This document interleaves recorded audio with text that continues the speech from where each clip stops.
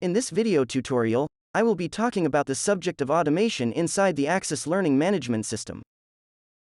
Specifically, I will be showing you how to set up a basic automation for automated course enrollments. So, first step is, we're gonna go into the courses area.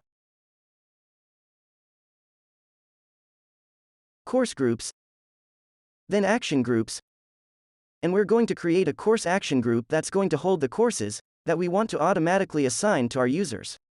We're going to call it New Hire Orientation Courses. And the goal here is to set up a series of courses to get assigned automatically to our new hires when we add them into the system. So here's our action group that we set up. We're going to add some courses. And now let's just go back and take a look, verify that they're in the group. We go to the courses for the group, and we can see, here's the courses that are part of this group. So, the next step is to set up a user group, the one that we want to link to this series of courses.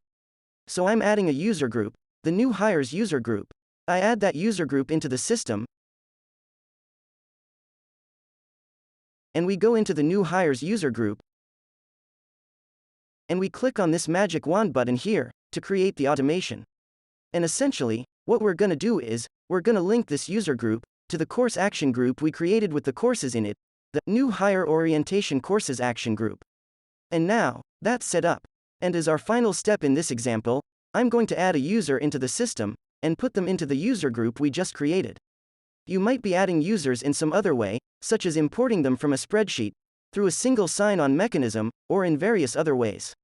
In all these ways to get users into the system, you can set it up so that the user gets assigned to the appropriate user group when you add them. On this form, you essentially just pick the user group you want to add them to, and then enter in some basic information for the user as I'm doing here.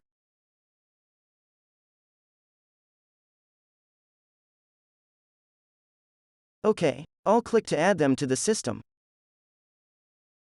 And our final step is, let's go into the user, Bob Smith,